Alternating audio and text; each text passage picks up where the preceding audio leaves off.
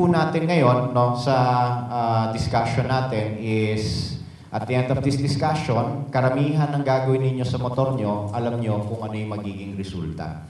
Walang hula, walang tsamba.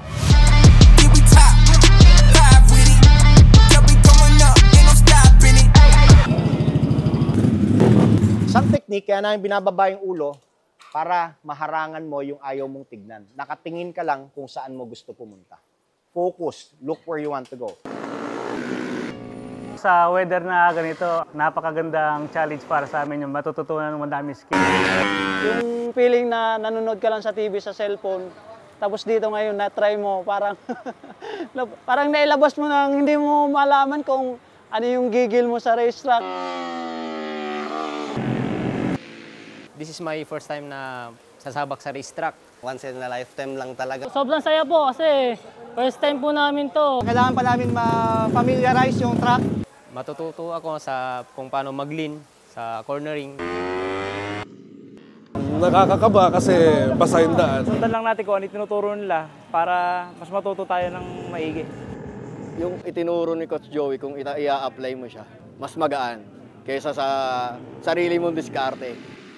Nakikita ko naman sa kanila, confidence naman sila lumiko at feeling ko naman nag-enjoy sila. And siguro ina-adapt pa nila yung tinuturo namin na lines para sa laban nila. Excited po. Siyempre, overwhelmed po sa invitation. Ay, pangalawa, pangatlo, medyo naging kampante na ako. Wala na yung Adrenaline, kakaiba. Pa-shoutout sir. Muna kayo dyan. This Yamaha Blue Crew Camp, its goal is actually to provide opportunity to the Yamaha customers to learn the proper way of racing. Mama always told me to be careful where you hang at. Toes down with the team, you can't change that. Iniisip lang namin, basta mag-enjoy kami dito sa camp, panalo na kami. Promise we could arrange that. Always been a visionary. But the way I'm blacking out, I think it's getting scary. Talaga pong hindi ko na tinantalan si number 1. Goal po namin ng team ko is mag-enjoy lang po. Wala rin akong experience pa sa track. First time ko to. Dahil kay Coach Joey, madami akong natutunan. Gusto ko lang mauna, tapos enjoy. Bibilangin ko yung bawat lap, ma'am. Nakakalimutan ko kasi. Adrenaline, grabe lahat. Sagad!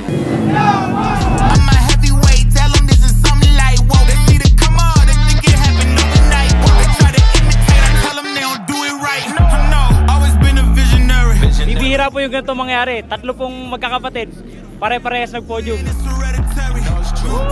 Natahimik ako. Sabay-sabi, Indonesia!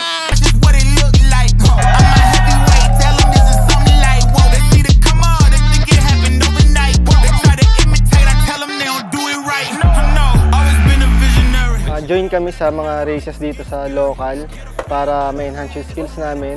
nagpapasalamat po ako sa lahat ng mga taong nanood at sumuporta po sa amin. At sana supportahan nyo pa rin kami sa susunod na laban namin sa September 13-15 sa Malaysia. Ginawa ng team namin yung best. Despite of the hirap, meron palang nag-aantay sa amin ganito.